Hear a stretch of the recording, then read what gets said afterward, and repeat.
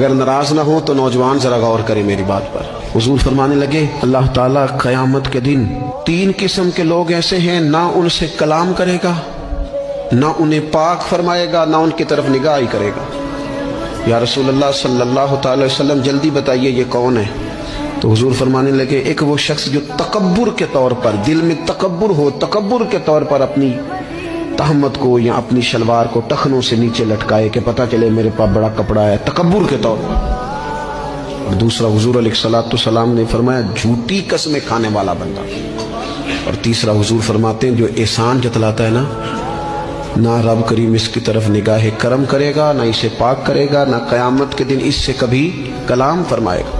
ایسے لوگوں کی نیکیاں اللہ قبول نہیں فرماتا۔ قرآن کبھی نہیں کہتا اولاد سے محبت کرو، کیونکہ یہ تو فطرت میں کرو گے، بلکہ روکتا ہے زیادہ نہ کرو۔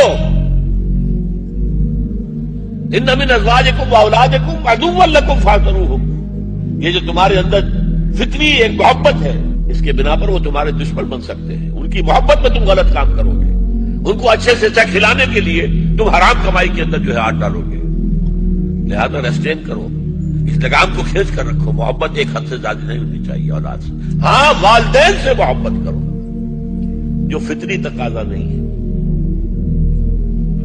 یہاں تک کہا ہے 2 ہی چیزیں ہیں کہ جن کو محض دیکھنے کا وہ بھی ثواب ہے، عبادت ہے۔